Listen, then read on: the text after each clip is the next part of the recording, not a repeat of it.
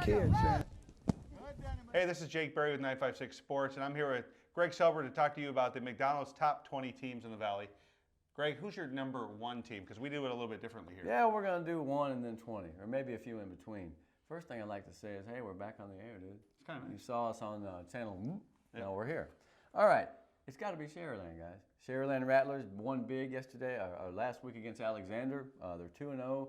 You know, it's going to be interesting to see whether these other teams in the top 4 or 5 will pass them at some point. But we got Sharyland at number 1. They've been looking pretty impressive the last couple weeks. That Alexander game was huge. They got a good quarterback in Trace Badetta. I think their defense is fine. They're a very good team. Number 2 is Donna. Now, I think Donna's been terribly impressive. I think they do everything right, and I can't wait till Sharyland. If Sharyland and Donna keep winning, then we'll have 1 and 2 together. That's going to be pretty fun. It's nice that they're in the same district, 35A. That's right. They will eventually get it on, just like last year. Number 3, we got McAllen. The Bulldogs are 3-0, and I believe, like Donna, they're very solid in all phases of the game. You can't beat some of the size they have on the line, you know. And this is unlike most years where Mac High starts slow and ends well. It's a different trend for them. They're playing well. They're playing good defense, better than they have in the past. So yeah, it's a very solid football team.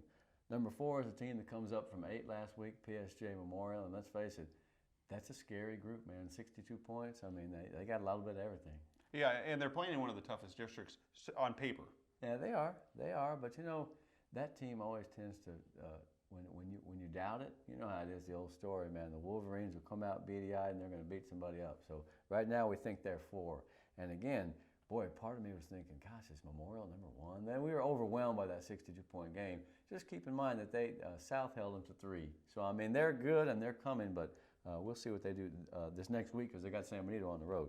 Number 5, Memorial. You know, everybody was ready to write them off. They're too young. They lost to condominiums. What they do, they came back and made a big win, 13-12 over San Benito. And they have great defense. A lot of people didn't know how good their defense would be, and also their offense with a new quarterback. And there's a lot of new kids. So remember what we say every year. There are some guys that we don't know yet that they're going to be stars in about 10 minutes if we just be patient and wait around for them. So Memorial back in the action here at number 5. 6 is San Benito. I mean, let's face it.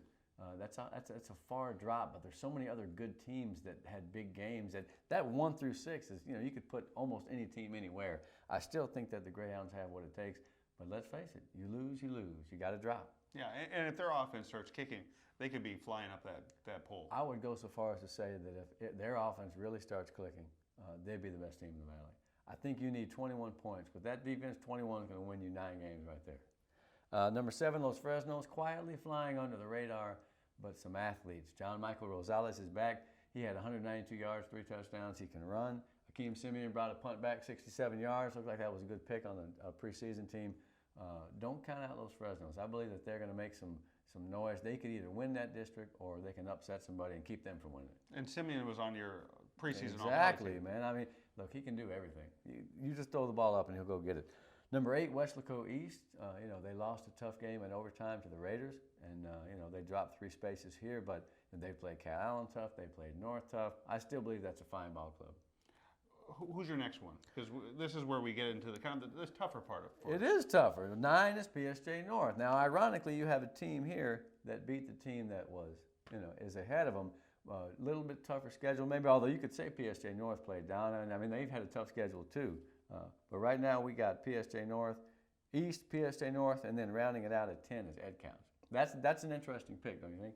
It is. I mean, they struggled against PSJ North. They had this week off. I guess this is going to be their make or break week. Well, they're going to have to come in against Alexander and play some ball because Alexander is there for the taking. They're not the team they have been in the past.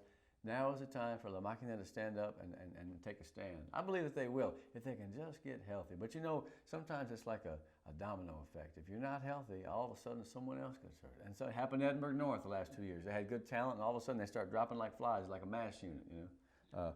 La Máquina. Well, those are our top 10. But Greg, you have our top 20, yeah, right? the next 10 you can look at right here and stay here every week or come every week to see who the top 10 and top 20 are going to be. We look forward to having you.